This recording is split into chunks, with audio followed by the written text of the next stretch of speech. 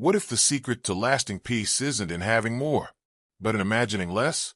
What if you could learn to appreciate everything you have, simply by imagining it was gone?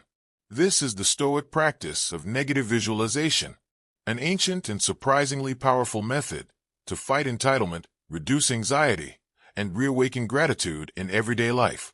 In this episode of Stoic Mindset, we're diving deep into why imagining loss can actually lead to gain. Let's begin. Part 1. Entitlement, the modern epidemic. We live in a time of abundance, and yet, entitlement is everywhere.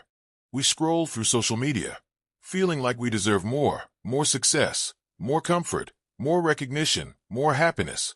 The Stoics saw entitlement not as a moral failure, but a philosophical illusion. Entitlement is the false belief that the world owes us something, that our possessions, relationships, status, or even health are guaranteed. But nothing is truly ours. Everything can be taken away. Our job, our loved ones, our reputation, our life. Seneca once wrote, "You act like mortals in all that you fear, and like immortals in all that you desire." We fear death, yet desire endlessly, as if we'll live forever. This contradiction is the source of modern suffering. So how do we cut through this illusion? Part 2. What is negative visualization? The Stoics called it Premeditation, Malorum, premeditation of evils. It means consciously imagining the loss of things you cherish. Your home, your health, your family, even your own life. Not in a depressive or fearful way, but in a wise, sobering way. As a way of seeing clearly. To train the mind to appreciate the present by understanding its fragility. Marcus Aurelius practiced this regularly. In Meditations, he reminded himself that his children might die, that the emperor's title meant nothing, and that all he owned was temporary. Why? Because when you imagine loss, you strip away illusion. You return to reality. And reality, though uncertain, is something you can accept and even love. Part 3. The psychological power of imagining loss. Modern psychology supports this ancient practice. Studies in cognitive behavioral therapy have shown that mental contrasting, imagining setbacks, can boost motivation, resilience, and gratitude. It sounds counterintuitive, but when you picture losing what you have, you begin to see it again. You notice your morning coffee. You feel the presence of someone you love.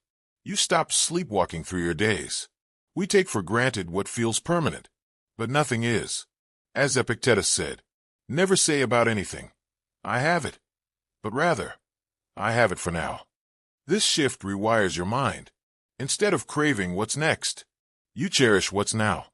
Part 4. Practical applications. How to practice negative visualization daily. So, how can you actually use this in your life? Here are a few simple but profound practices. 1. Morning reflection. Before starting your day, close your eyes. Imagine your partner not waking up beside you. Imagine losing your job. Imagine this being your last morning. Open your eyes. Breathe. Now go live that day fully. 2. Loss before luxury. Before eating a meal, imagine not having food. Before scrolling your phone, imagine never having had the chance to connect. This doesn't create sadness, it creates awareness. 3. Nightly review. Before sleep, ask, if today had been my last, what would I have noticed more? Let that reflection inform how you live tomorrow. 4. Gratitude through absence. Write a short letter to yourself about something you love, as if you had lost it. Then read it out loud. This intensifies appreciation more than any gratitude list ever could. Negative visualization is not morbid. It is clarifying. It teaches you to hold lightly to everything, and in doing so, value everything more deeply. Part 5. The Antidote to Modern Entitlement. So why is this so powerful today? Because we live in a culture of more. More consumption, more distraction, more chasing. And the more we have, the more we forget what we already do have. This forgetfulness breeds entitlement, and entitlement destroys peace. The Stoic doesn't need to give up everything. He simply remembers that everything can be taken. This awareness isn't depressing, it's liberating. Because when you stop clinging, you start living.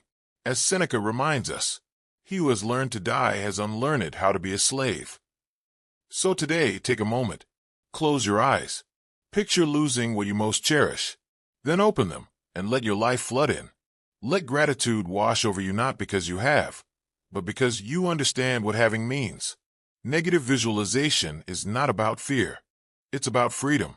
Freedom from attachment. Freedom from entitlement. Freedom to live fully right now. This is Stoicism.